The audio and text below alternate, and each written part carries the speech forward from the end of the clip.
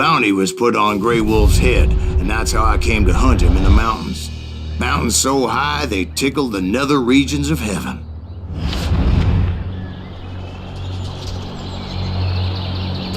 Grey Wolf was a Chiricahua Apache medicine man who had led a war party in revenge for a massacre against his people.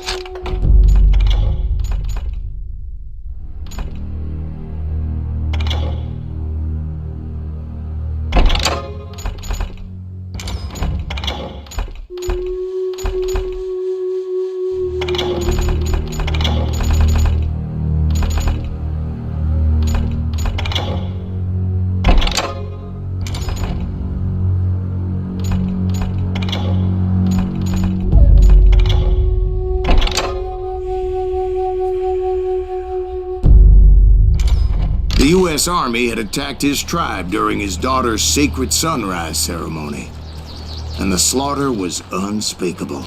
I understood his anger, as there's nothing more traumatic than seeing those you love die in a cruel and painful death.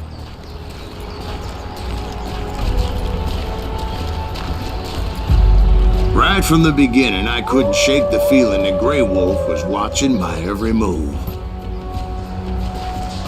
He led a band of young Apache warriors who wanted retribution and were more than willing to die for him.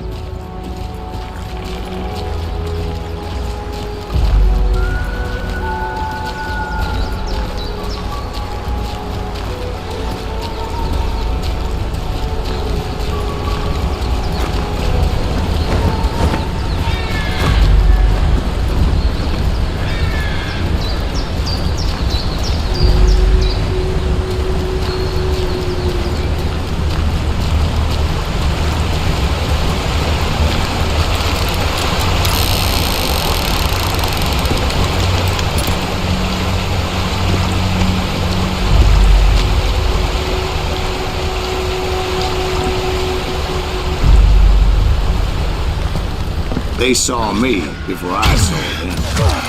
And it crossed my mind that maybe this wasn't such a good idea. But now that the shooting had started, there was no backing down.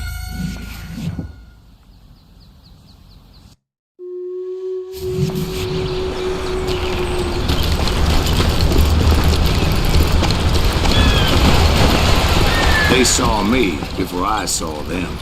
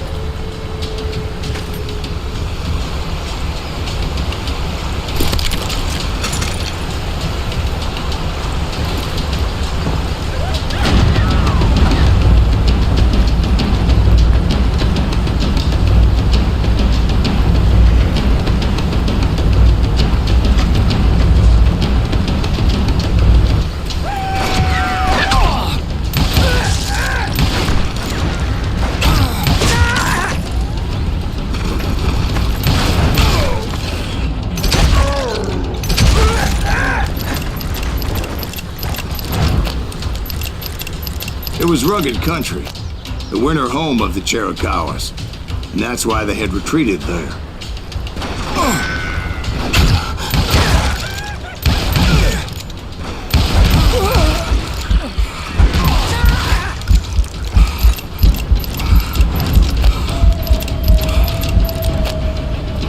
I admit to having some regrets about going after them the way I did.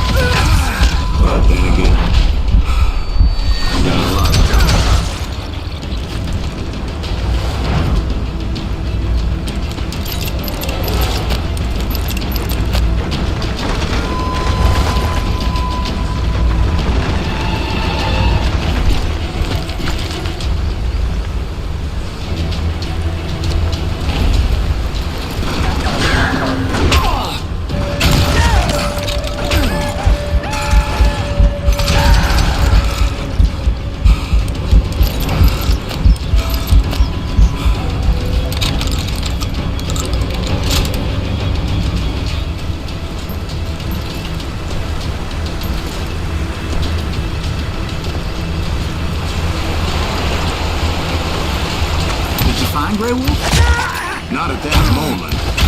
did find the entrance to their hideout.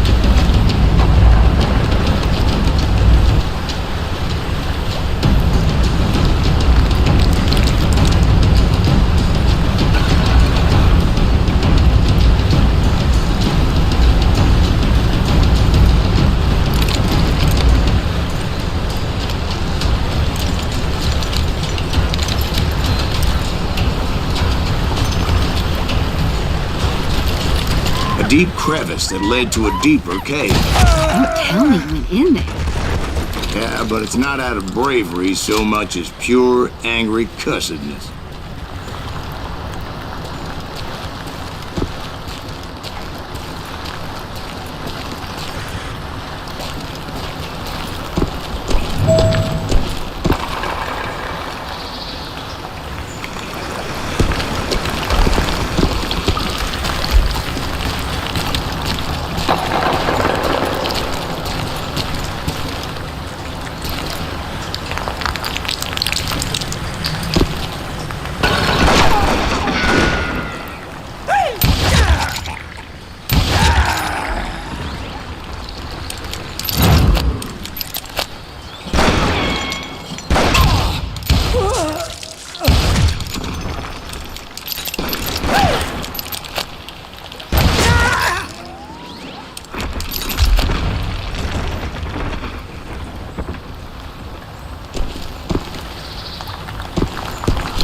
See, back then, I had a stubborn streak a mile wide, and I wasn't about to back down. So it was like pitch black in there? Actually, it was pretty well lit, as they had torches on the walls.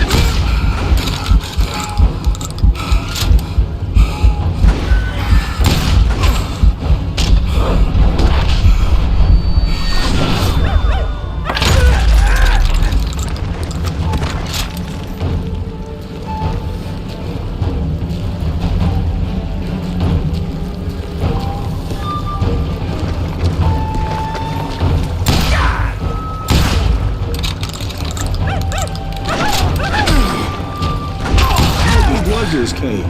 Big as hell, pal. Chiricahua had hid out there during the Indian Wars.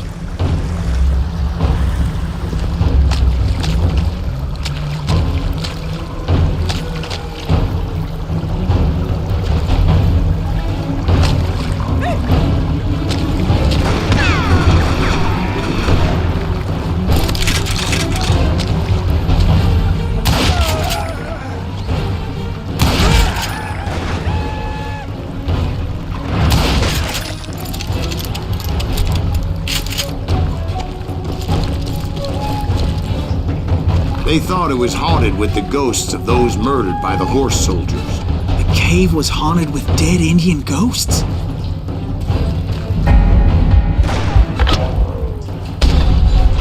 be honest, I was more concerned with the live ones than the dead ones.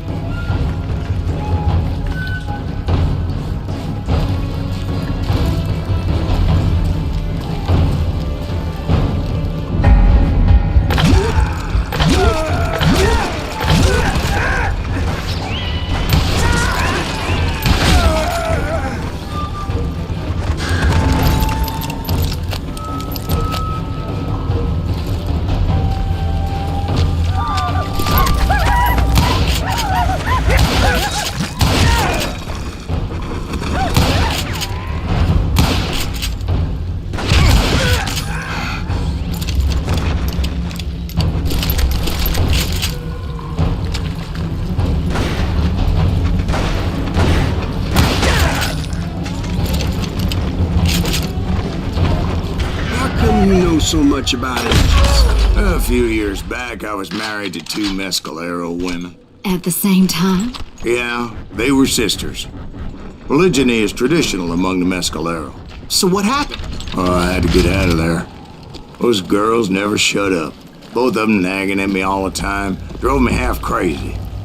Haven't seen them since. No, I mean, what happened with Grey Wolf? Oh, well, I pursued him into the Cave of Death.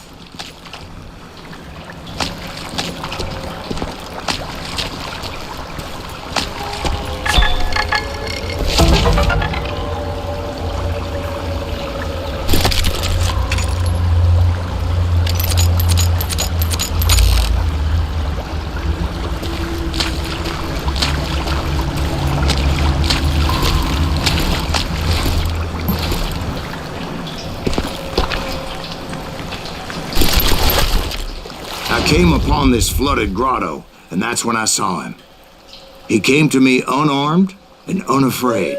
His voice echoed in the shadows, and I sensed he meant me no harm.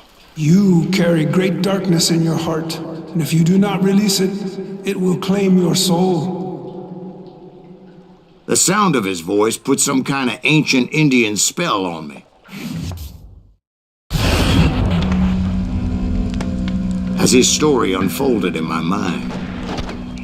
You will come to this place again and kill many more men, and the darkness will grow until it consumes everything that you are. The soul would have no rainbow if the eye had no tears. He said I was a great warrior, a coyote man, unequaled by any other pale-faced warrior, or something like that. The snakes were white shadows of your past until a venom poisons the heart, and an echo of the song of the dead summons the spirits deep from within the mountains. I didn't quite get what he was saying, but there was definitely snakes. And indeed, his warriors surrounded me and attacked me like hungry wolverines. They couldn't stop me, though, and Grey Wolf wasn't in the mood for idle talk.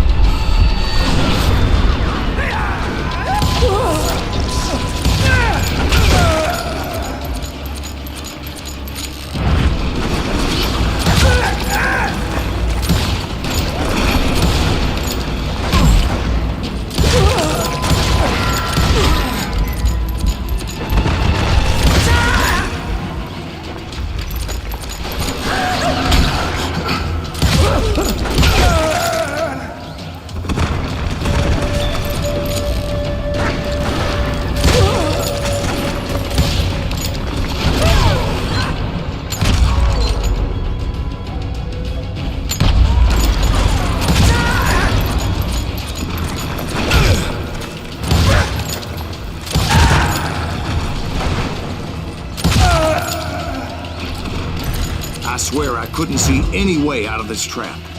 But suddenly, one just appeared, kind of like a miracle.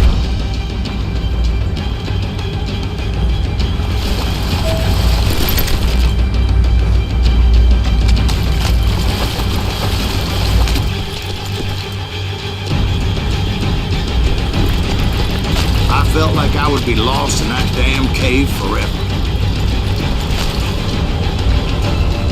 Finally, I found myself back outside, perched on the edge of a precipice, overlooking a thundering whitewater river. To get where I was going required several leaps of faith, but no way in hell I was turning back.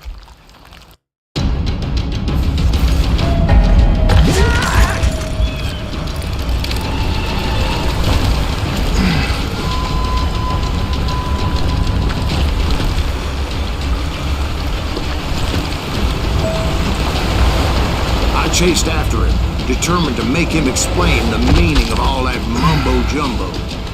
Mumbo-jumbo is right. Are you making this all up as you go? A few details may be fuzzy, brother, but I am relating exactly what happened to me. There were dozens of Apache warriors aiming at me from on high. Dozens? Well, maybe not dozens, but there was a lot of them. At least 3 or 4. Well, more than that, little lady.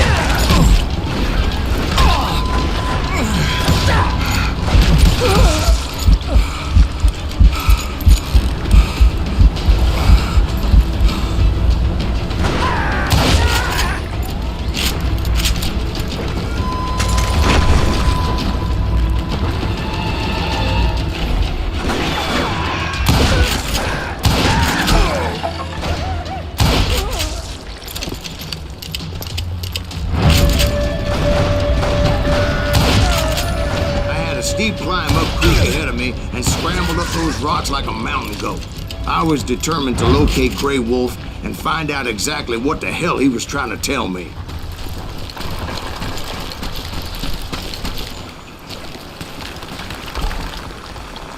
And wouldn't you know it, that crafty son of a bitch led me right into a trap.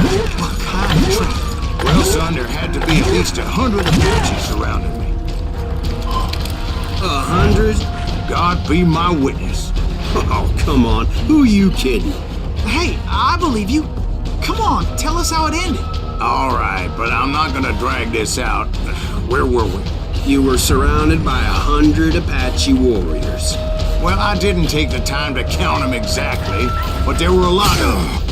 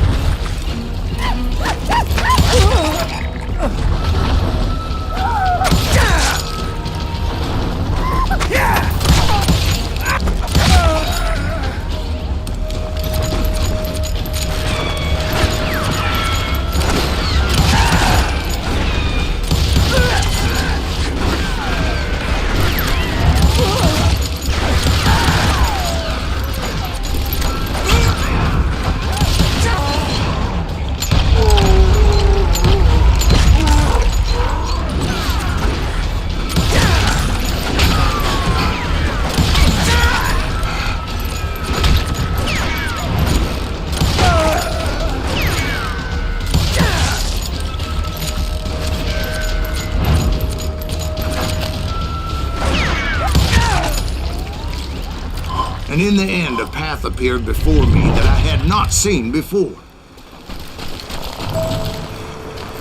I followed it as I desperately needed to find out what Grey Wolf was trying to tell me.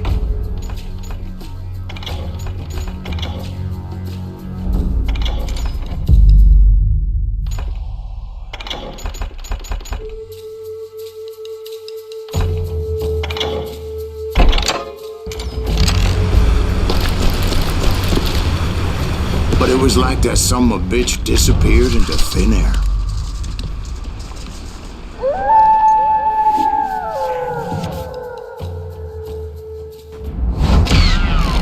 Never did find him. And never did collect my goddamn bounty.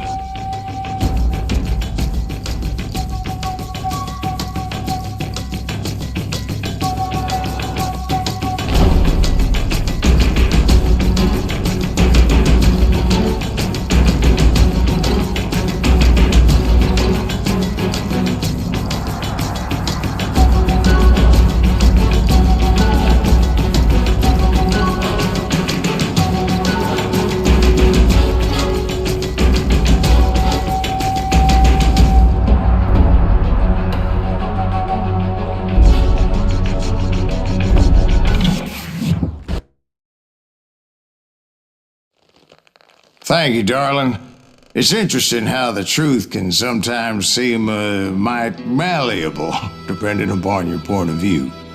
Like how those dime novels make you out to be something you're not? Jack, don't be starting trouble. No, he's right. They do tend to exaggerate. Did they exaggerate your part in taking down the Daltons? Well, I was there in the flesh, boy, so I saw what happened firsthand.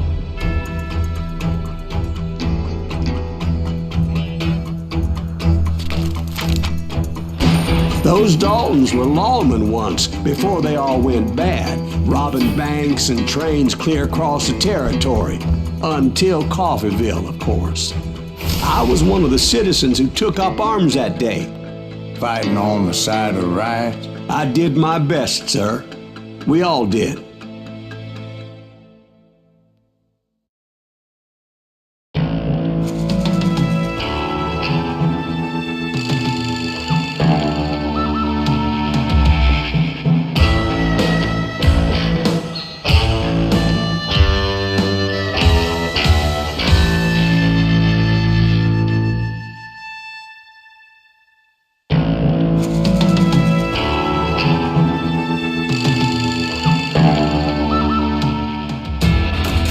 It was early morning.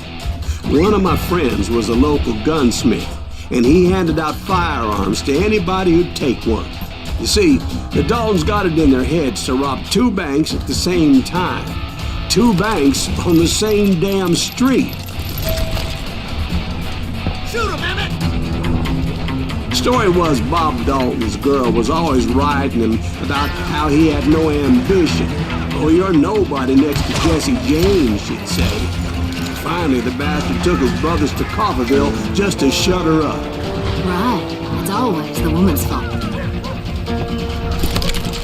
You bastard!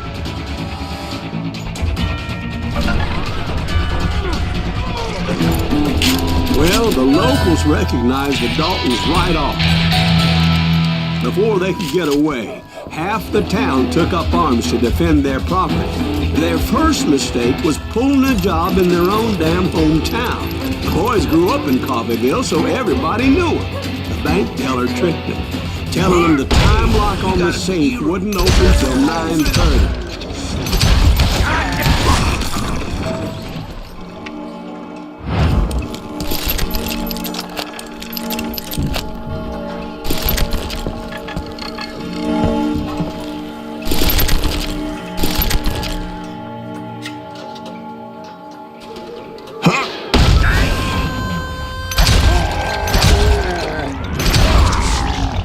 The brothers paid dearly for their stupidity, but everybody knows they had it coming. There's more to it than that.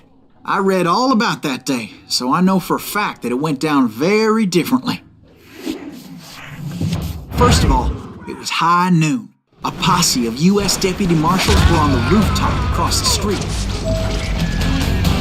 Get ready, boys. They're gonna make a move. The lawmen had been tracking the Daltons for months, and now they finally had them dead to rights. Among them was a bounty hunter feared by many a lawbreaker. The marshals tried to get the Daltons to surrender. They'll give up eventually. You just gotta wait. This bounty hunter knew that the brothers were far too proud to ever lay down their guns. He went in there alone to confront those criminals. One of the marshals shouted, "Where are you going? Are you crazy?" Hey, where do you think you're going, dumbass? That rifle's mine. But he paid him no mind. He saw a way to get around to the back of the bank.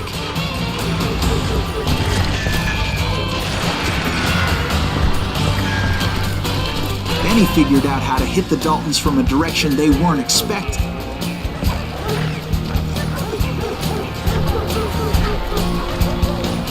From above. Fortunately, a water tower was right there.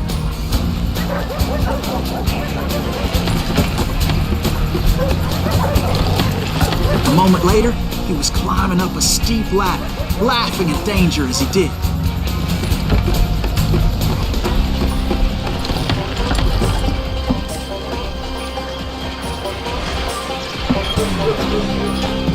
It was brave men like him who risked their lives to tame this wild country.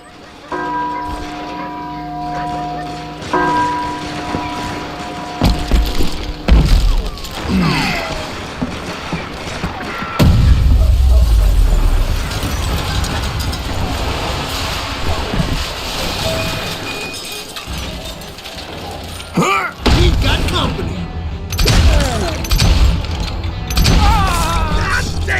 Heroic men like him, who did what other men couldn't or wouldn't to make this country free. Like Jim Bowie and Davy Crockett, who died defending the Alamo.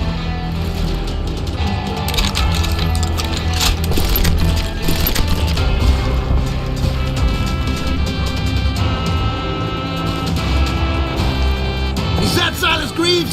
Son of a bitch! I'm just getting started.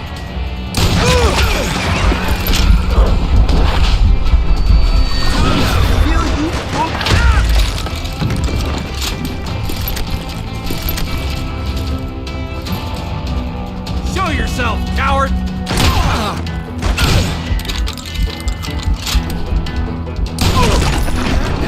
Just kill Red?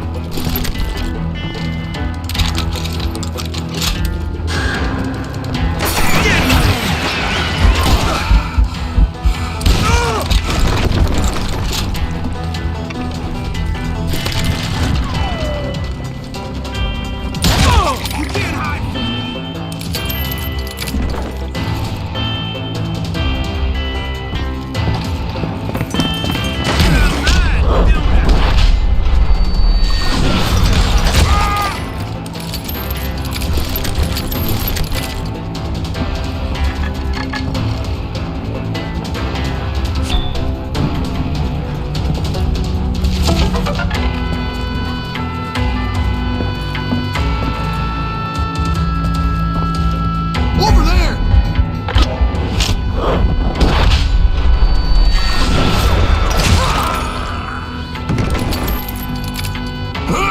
Silas Greaves! What the hell? Blam! Blam! He came away victorious, taking down those thieving Daltons.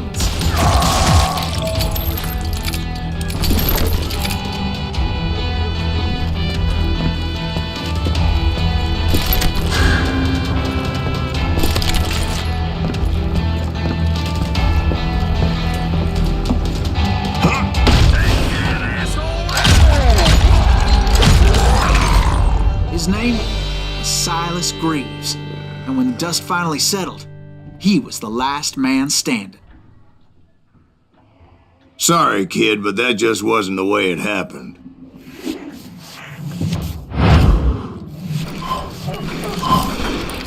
It was early evening, not high noon.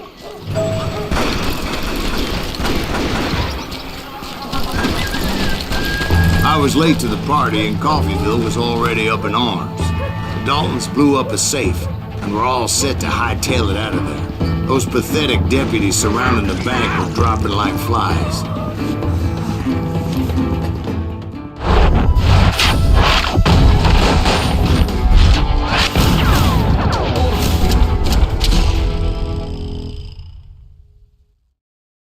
I'd been tracking those jokers for months, waiting for them to do something reckless. Oh, you are get out of luck. And finally, they did. Those stupid bastards decided to rob 2 banks at the same time in the same town where everybody knew them. But they still had friends in Coffeyville. You can't get me. Oh, so you're on too now. Oh, now what? What are you gonna do?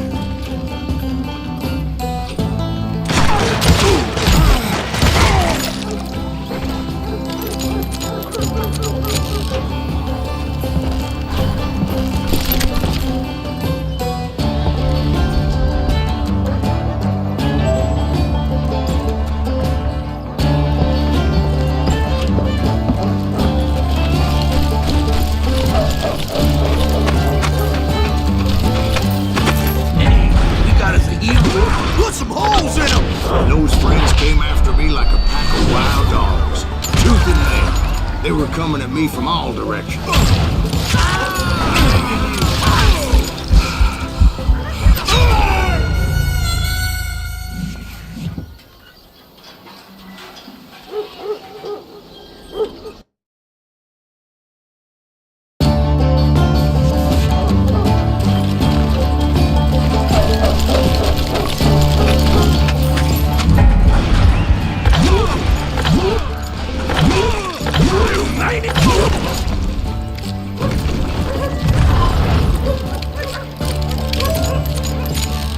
I caught sight of the Daltons running with the money and didn't want to lose them.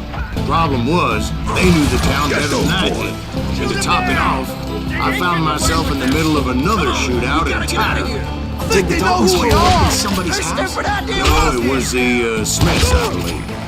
They were cousins of the Daltons, and they were shooting at the Browns, who were shooting at the Daltons. Which wasn't any surprise, because those 2 families have been feuding forever. And since the Joneses are related to the Browns, they shot at the Smiths, pissing off the Heimhoffers, whose daughter recently married a Smith. Well, bullets were flying every which way as all the old feuds in Kansas caught fire all at once. There was a hell of a lot of pissed off people in Coffeyville that day. But that's just the way life is sometimes. Shit happens.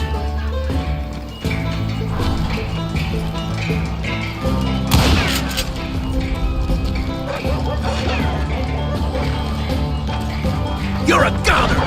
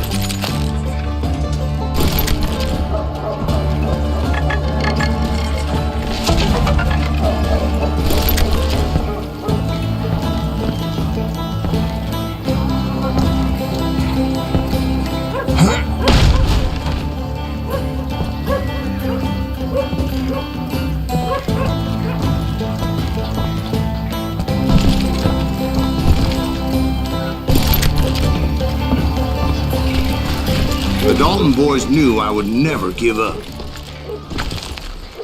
Those Daltons weren't the sharpest knives in the drawer, but they always stood together. They set a trap to slow me down and allow at least 2 of them to escape. The 3rd brother stayed behind to plant me, just in case that trap of theirs didn't work.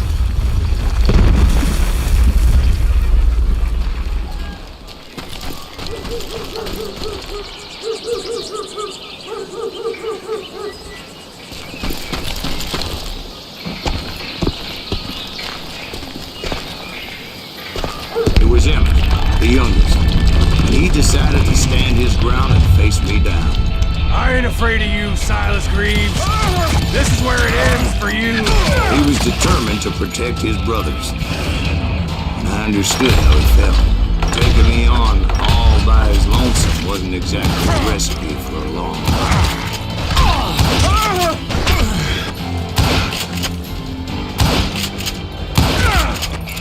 It's home.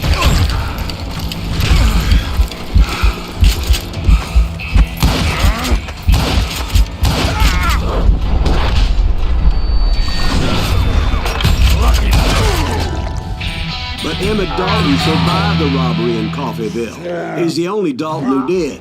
They say he was shot 23 times. Well, Dwight, who do you think put all those damn holes in him?